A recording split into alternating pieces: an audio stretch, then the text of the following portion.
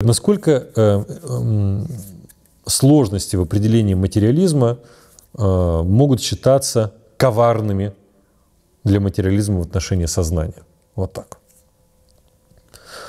Ну, не совсем. Если ваш тезис заключается в том, что попросту сознание может быть исследовано инструментами естественной науки, вот так, и здесь вот у нас нет, мы не можем говорить, что какая-то есть такая глубокая абсолютная загадка, то этого достаточно.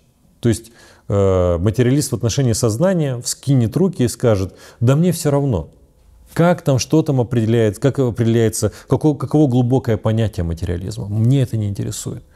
Мой тезис очень простой, что нет глубокой загадки, нет глубокого разрыва между сознанием и физическим миром, и я могу объяснить сознание при помощи инструментов естественной науки.